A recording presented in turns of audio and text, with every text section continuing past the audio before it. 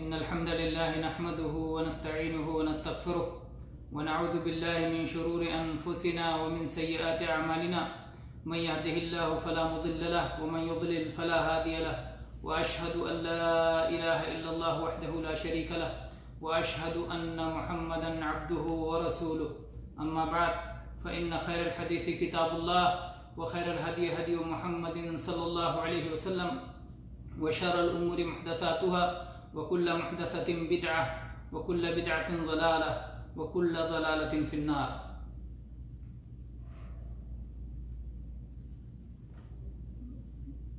برادران گرامی قدر، شیخ ممتاز صاحب داعیہ صبیح اسلامک سینٹر اور اسی طرح سے شاعر جنہوں نے بھی بہت خوبصورت نعت سنائی، اور جو ہمارے حاضرین و مشاہدین و مشاہدات ہیں، سب کو اہل جنت کا تحیہ، اسلام کا تحیہ، السلام علیکم ورحمۃ اللہ وبرکاتہ۔ آج ہمیں اس موضوع پر گفتگو کرنے کی سعادت حاصل ہو رہی ہے کہ امت پر رسول اللہ صلی اللہ علیہ وسلم کے کیا حقوق ہیں۔ سب سے پہلے تو ہم اس بات پر اللہ تبارک و تعالیٰ کے بے انتہا شکر گزار ہیں کہ اللہ تعالیٰ نے ہمیں آخری رسول محمد الرسول اللہ صلی اللہ علیہ وسلم کا امتی بنایا اور اس گھر میں پیدا فرمایا جو آپ کے امتی تھے۔ وہ محمد رسول اللہ صلی اللہ علیہ وسلم جو کہ ساری کائنات کے لیے رحمت بنا کر بھیجے گئے تھے، وما ارسلناک الا رحمۃ للعالمین۔ وہ محمد رسول اللہ صلی اللہ علیہ وسلم جو جن و انس کے لیے بشیر و نذیر بنا کے بھیجے گئے تھے، وما ارسلناک الا کافۃ للناس بشیرا و نذیرا۔ وہ محمد رسول اللہ صلی اللہ علیہ وسلم کہ جنہوں نے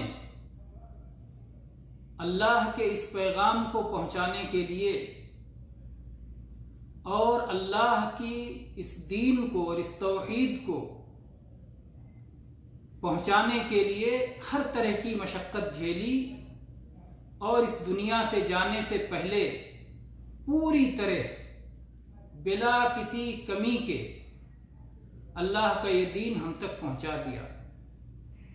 اللہ تبارک و تعالیٰ نے اس بات کی گواہی دے دی کہ اللہ نے اس دین کو مکمل کر دیا، اور صحابہ کرام سے بھی اللہ کے نبی صلی اللہ علیہ وسلم نے ان کو گواہ بنا کر کے حجۃ الوداع کے موقع پر کہا، کیا الا هل بلغت، کیا میں نے پہنچا دیا ہے؟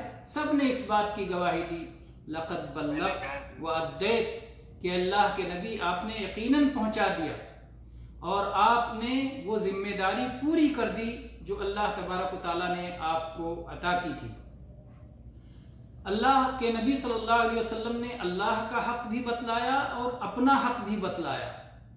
اب ضرورت نہیں ہے کہ ہم اپنی طرف سے کوئی حق بنائیں، بلکہ ضرورت اس بات کی ہے کہ رسول اللہ صلی اللہ علیہ وسلم نے جو حقوق بتا دیے ہیں، اللہ تبارک و تعالیٰ نے جو حقوق بتا دیے ہیں، انہی حقوق کو ہم سمجھیں اور انہی حقوق کی پابندی کریں۔ سب سے پہلا حق اور سب سے بڑا حق اور سب سے عظیم الشان حق جو تمام امت پر ہے، چاہے وہ امت دعوت ہو چاہے وہ امت اجابت ہو، اور یہ سب کو جاننا چاہیے کہ نبی کریم صلی اللہ علیہ وسلم کی آمد کے بعد جو لوگ بھی اس دنیا میں ہیں، انسان ہوں جنات ہوں، وہ سب آپ کی امت ہیں۔ اگر وہ ایمان لے آتے ہیں تو وہ امت اجابت ہو جاتے ہیں، اور اگر وہ ایمان نہیں لاتے تو وہ امت دعوت ہوتے ہیں۔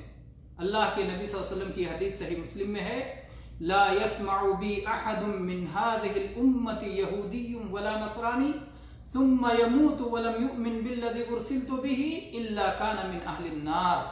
تو یہ سب سے بڑا حق ہے، سب سے بڑا حق ہے کہ ہم اللہ کے نبی صلی اللہ علیہ وسلم پر ایمان لائیں، آپ کی نبوت اور رسالت کی تصدیق کریں اور یہ عقیدہ رکھیں کہ آپ صلی اللہ علیہ وسلم کی رسالت نے اس سے پہلے جتنی رسالتیں آئیں سب کو منسوخ کر دیا ہے، اور اب محمد رسول اللہ صلی اللہ علیہ وسلم کی شریعت پر جو چلے گا، جو آپ پر ایمان لا کر کے اور آپ کی شریعت پہ چلے گا، وہی جنت میں جائے گا.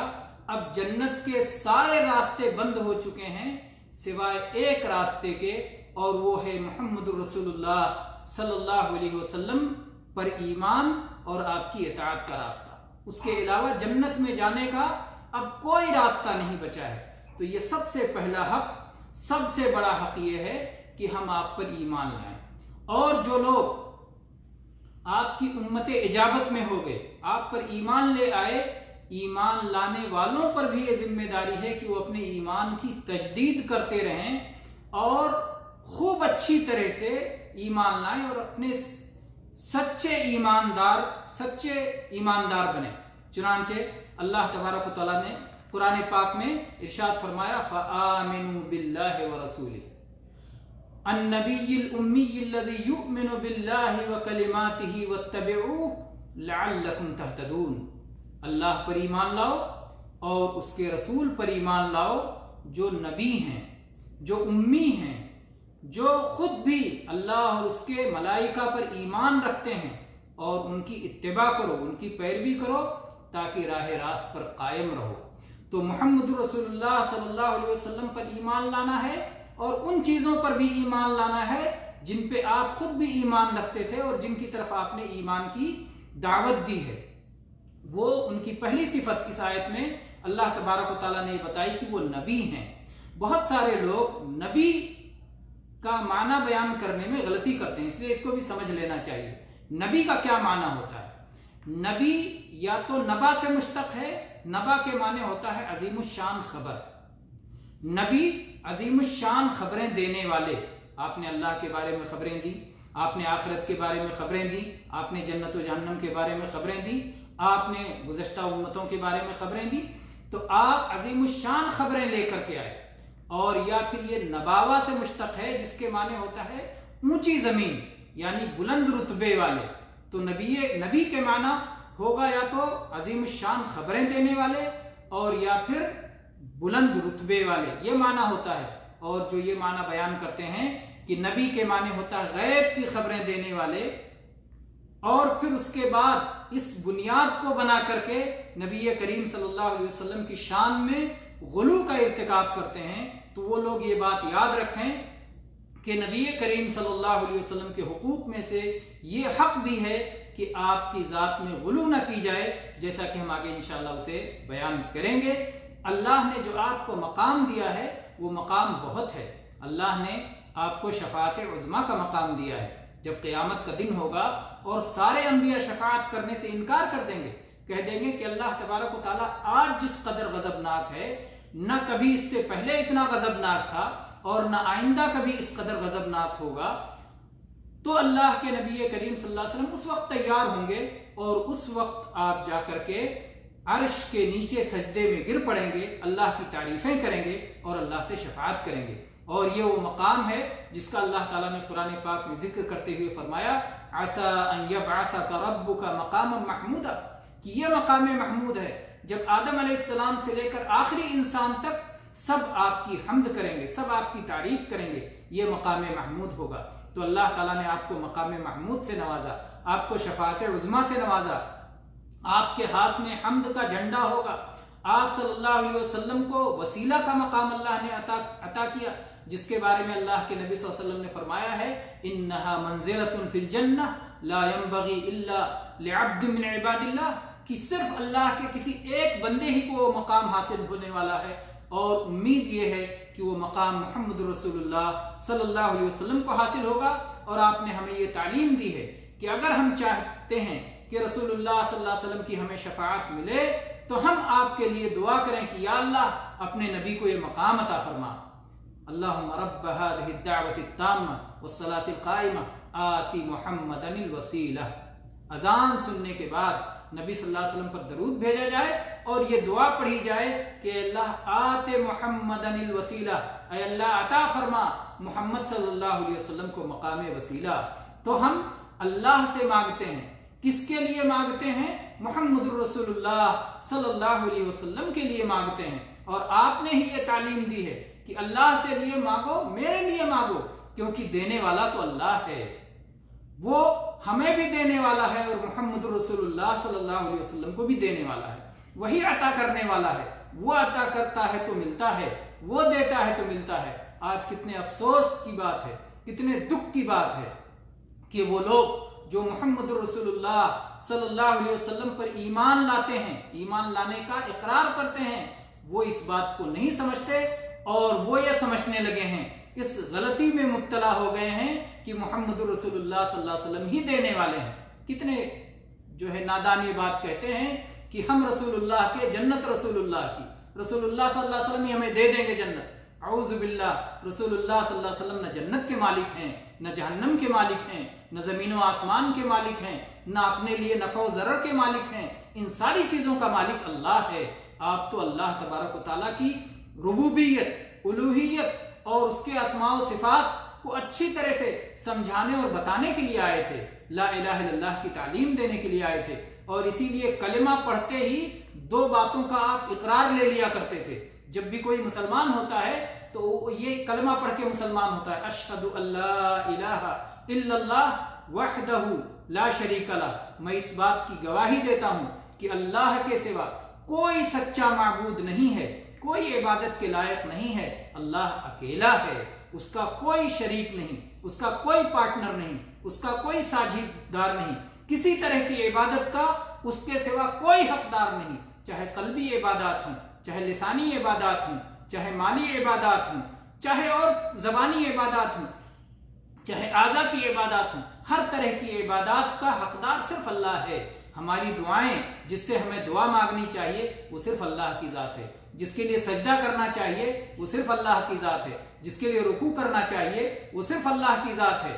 نظر و نیاز جس کے نام پہ ہو وہ صرف اللہ کی ذات ہے. جس کے لیے قربانی کیا جانا چاہیے وہ صرف اللہ کی ذات ہے. یہ پہلا اقرار ہوتا ہے مسلمان ہونے کے لیے. اور دوسرا اقرار اس بات کا ہوتا ہے وَأَشْهَدُ أَنَّ مُحَمَّدًا عَبْدُهُ وَرَسُولُهُ. اور میں اس بات کا اقرار کرتا ہوں، اس بات کی گواہی دیتا ہوں دل سے بھی اور زبان سے بھی کہ محمد صلی اللہ علیہ وسلم اللہ کے بندے ہیں اور اللہ کے رسول ہیں. دو گواہیاں دینا ہوتا ہے. ایک اللہ کے بندے ہیں عبدہ ورسولہ، دوسری گواہی کہ آپ کے رسول ہیں. اس بشری آدم کے بیٹوں میں کوئی مقام جو سب سے اعلیٰ ترین مقام ہے وہ یہی تو دو مقام ہے، ایک عبدیت کا اور ایک رسالت کا. اگر کسی کو یہ دو مقام مل جائے تو وہ آدم کے بیٹوں میں سب سے اعلیٰ مقام والا ہے، سب سے عالی مرتبت ہے، جو عبدیت اور رسالت کے مقام پہ فائز ہو جائے. اللہ تبارک و تعالیٰ نے اسی لیے محمد رسول اللہ صلی اللہ علیہ وسلم کو ان تمام مقامات پر جو آپ کے لیے بہت بڑا درجہ رکھتے ہیں وہاں عبد کے لفظ سے پکارا، سبحان الذی اسریٰ بعبدہ. اور ایسی اللہ تعالیٰ نے فرمایا وَأَنَّهُ لَمَّا قَامَ عَبْدُ اللَّهِ يَدْعُوهُ. اور ایسی اللہ تعالیٰ نے فرمایا، اللہ تعالیٰ نے کہا الحمدللہ الذی انزل علی عبدہ الکتاب. تو قرآن پاک کے نزول کا مسئلہ ہو اور اسی طرح سے اللہ کی طرف بلانے کا مسئلہ ہو، معراج پہ لے جانے کا مسئلہ ہو، ان سب مقامات پہ اللہ نے عبد کہہ کے پکارا کہ کوئی اس غلط فہمی میں مبتلا نہ ہو جائے کہ آپ معبود ہیں، آپ رب ہیں، آپ مالک ہیں. نہیں، آپ رب یا مالک نہیں ہیں، بلکہ آپ تو عبد ہیں. آپ تو اللہ تبارک و تعالیٰ کی بندگی کرنے والے ہیں اور بندگی کی طرف دعوت دینے والے ہیں. بندگی کرنے والے عبد اور بندگی کی طرف دعوت دینے والے رسول. تو عبد اور رسول کا اقرار کر کے ہی کوئی شخص مسلمان ہوتا ہے. جب ہم نے رسول کا اقرار کر لیا تو چار باتیں آپ کو رسول ماننے کا تقاضا یہ ہے کہ ہم چار باتیں اچھی طرح سمجھ لیں. تصدیقہ فیما اخبر وطاعتہ فیما امر واجتناب عما نہى عنہ زجر وَأَن لَا يُعْبَدَ اللَّهُ إِلَّا بِمَا شَرَعَ، کہ جب ہم نے آپ کو رسول مانا تو آپ جو بھی خبریں دیں اس کی تصدیق لازمی ہے۔ اللہ کے بارے میں خبر دیں، گزشتہ قوموں کے بارے میں خبر دیں، مرنے کے بعد عذاب قبر کے بارے میں خبریں دیں، جنت و جہنم کے بارے میں خبریں دیں، علامات قیامت کے بارے میں خبریں دیں۔ جو خبر آپ نے دی ہے بلا چون و چرا اس کی تصدیق کرنا، یہ آپ کو رسول ماننے کا تقاضا ہے، یہ آپ کا حق ہے کہ ہم آپ کی خبروں کی تصدیق کریں۔ اور دوسرا حق آپ کا یہ ہے کہ ہم آپ کی اطاعت کریں، آپ کی فرما برداری کریں، آپ کی اتباع کریں۔ اور اس سلسلے میں قرآن پاک میں بہت ساری آیات ہیں اور بہت ساری احادیث ہیں، مختلف انداز میں اللہ کے نبی کریم صلی اللہ علیہ وسلم نے اپنی اطاعت کو اور اپنی اتباع کو سمجھایا ہے، اور آپ نے صحابہ کرام نے آپ کی اتباع اور اطاعت کو عملی طور پر کر کے دکھایا ہے۔ آپ کی اتباع کیسے کرنی ہے، آپ کی اطاعت کیسے کرنی ہے، صحابہ کرام اس کے سلسلے میں ہمارے لیے نمونہ ہے، اسلاف کرام اس کے لیے ہمارے لیے نمونہ ہے۔ تو صحابہ اور اسلاف صالحین، سلف صالحین، ان کے طریقے کے مطابق ہمیں رسول اللہ صلی اللہ علیہ وسلم کی اتباع اور پیروی کرنی ہے۔ یہ آپ کی رسول ماننے کا دوسرا تقاضا ہے۔ اور اس کے بعد آپ کو رسول ماننے کا تیسرا تقاضا یہ ہے کہ آپ نے جن چیزوں سے روک دیا ہے اس سے ہم رک جائیں، اس سے اجتناب کریں۔ اللہ تعالیٰ نے فرمایا وَمَا آتَاكُمُ الرَّسُولُ فَخُذُوهُ وَمَا نَهَاكُمْ عَنْهُ فَانْتَهُوا۔ اور چوتھا تقاضا یہ ہے کہ اللہ تبارک و تعالیٰ کی عبادت اسی انداز میں کریں جس طرح سے رسول اللہ صلی اللہ علیہ وسلم کی شریعت میں آیا ہے۔ رسول اللہ صلی اللہ علیہ وسلم کی شریعت سے ہٹ کر منمانی طور پر اللہ کی عبادت کا کوئی طریقہ اختیار نہ کریں۔ اگر اللہ کے نبی صلی اللہ علیہ وسلم نے ہمیں یہ تعلیم دی کہ ایک عید الفطر ہے، ایک عید الاضحیٰ ہے، تو ہم کوئی تیسری عید اپنی طرف سے نہ پیدا کریں۔ اگر اللہ کے نبی کریم صلی اللہ علیہ وسلم نے عید منانے کے لیے کہا کہ لا تتخذوا قبری عیدا، میری قبر کو عید نہیں بنانا، تو پھر ہم نہ اللہ کے نبی صلی اللہ علیہ وسلم کی قبر کو عید بنائیں اور نہ ہی اس کے علاوہ کسی اور قبر پہ عرس کریں، میلہ کریں، عید منائیں۔ تو اس سے رسول اللہ صلی اللہ علیہ وسلم کو تکلیف ہوگی، اس سے ہم رسول اللہ صلی اللہ علیہ وسلم کو اذیت پہنچانے والے ہوں گے، آپ سے محبت کرنے والے نہیں ہوں گے۔ بہرکیف رسول اللہ صلی اللہ علیہ وسلم کے حقوق میں یہ ہے کہ ہم آپ کی اطاعت کریں، آپ سے اپنی جان سے بھی زیادہ محبت کریں، اپنی اولاد سے بھی زیادہ محبت کریں، کائنات کی تمام چیزوں سے آپ سے محبت کریں، آپ پر بہت زیادہ کثرت کے ساتھ آپ پر صلاۃ و سلام پڑھیں، اور اسی طریقے کے مطابق جو آپ کی تعلیم ہے، آپ کی تعظیم، آپ کی توقیر، آپ کی اجلال، آپ کی شان خود بھی پڑھیں، اپنی اولاد کو بھی اس کی تعلیم دیں، اور اسی طرح سے آپ کی سیرت کو بار بار پڑھیں، آپ کی حیات مبارکہ کو اپنے لیے اسوہ بنائیں اور آپ ہی کی طرف تحاکم کریں۔ جب ہمارے درمیان کوئی اختلاف ہو جائے تو اس اختلاف کو آپ کی سنت و شریعت اور آپ کی حدیث کے مطابق حل کریں، یہ ہماری ذمہ داری ہے۔ بہرحال احسا میں اس وقت مغرب کی اذان ہو رہی ہے اور اس لیے درس کو یہیں پر مکمل کیا جاتا ہے، ورنہ رسول اللہ صلی اللہ علیہ وسلم کے حقوق پر تو ظاہر بات ہے کہ یہ بہت بڑا موضوع ہے اور اس پر بات کرنے والوں نے کئی دروس کیا ہے، سلسلہ وار دروس ممکن ہے۔ صبح اسلامک سینٹر کے طلباء کو چاہیے کہ اپنے شیخ سے گزارش کریں کہ سلسلہ وار دروس اس پہ بھی رکھ سکتے ہیں، ماشاءاللہ فائدہ یقیناً پہنچاتے ہوں گے۔ اللہ تبارک و تعالیٰ مجھے، ان کو اور سارے سننے والوں کو اور جو لوگ بعد میں سنیں ان سب کو اللہ تبارک و تعالیٰ اس درس سے فائدہ پہنچائے اور ہمیں رسول اللہ صلی اللہ علیہ وسلم کا صحیح مقام و مرتبہ سمجھنے کی توفیق دے، اور ہماری اس مجلس کو ہمارے لیے دنیا اور آخرت ہر جگہ بھلائی کا، خیر کا، نیکیوں کا ذریعہ بنائے، اور ہمارے میزان عمل کو وزنی کرنے کا ذریعہ بنائے، اور جہنم سے آزادی کا اور جنت کے حصول کا ذریعہ بنائے، اور نبی کریم صلی اللہ علیہ وسلم کی شفاعت حاصل کرنے کا اور آپ کے حوض کوثر سے جام کوثر پینے کا ذریعہ بنائے۔ آمین وآخر دعوانا ان الحمد للہ رب العالمین وصلی اللہ علی نبینا وسلم۔